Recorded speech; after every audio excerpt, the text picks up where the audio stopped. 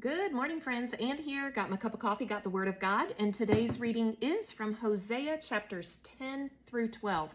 We're reading through Hosea, and this week we're learning about how God was coming to judge the northern kingdom of Israel because of their idolatry and their rebellion. And I want to focus in on two verses in particular from Hosea chapter 10. These are verses 12 and 13, and they say this. I said, and this is God saying, I said, plant the good seeds of righteousness, and you will harvest a crop of love. Plow in the hard ground of your hearts, for now is the time to seek the Lord, that he may come and shower righteousness upon you. This is what God is repeating to them that he told them before. He said, look, if you sow righteousness, then you will reap love. Do the hard work of plowing the ground of your hearts so that you can dig up anything that is not of him, and that you can sow those seeds of righteousness and good works, and then you can harvest love. But the people did not do that. He goes on to say this in 13, but you have cultivated wickedness and harvested a thriving crop of sins. You have eaten the fruit of lies, trusting in your military might, believing that great armies could make your nation safe.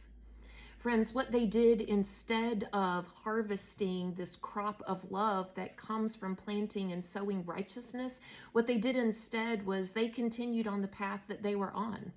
They were sowing seeds of wickedness, cultivating wickedness that led to a harvest or a crop of sins. And they didn't depend on God for protection and help. They depended on their military and their own might. And here God is telling them, I told you to sow righteousness so you can reap love, but instead you have sown wickedness and you are reaping sin. Friends, it's the same in our own lives. When we sow righteousness, we are going to reap love all around us, a greater love of God and a greater love for other people. But yet, when we choose to go our own way and sow wickedness, we will reap sin. And that sin brings about consequences in our lives.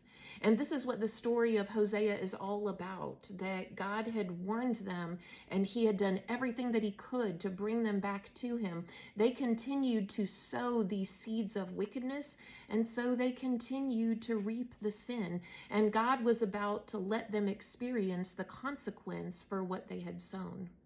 So friends, let this be a word of warning in your life and my life. Friends, sow righteousness and you will reap love.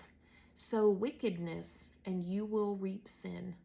Let today be the day you sow righteousness. Have a good day.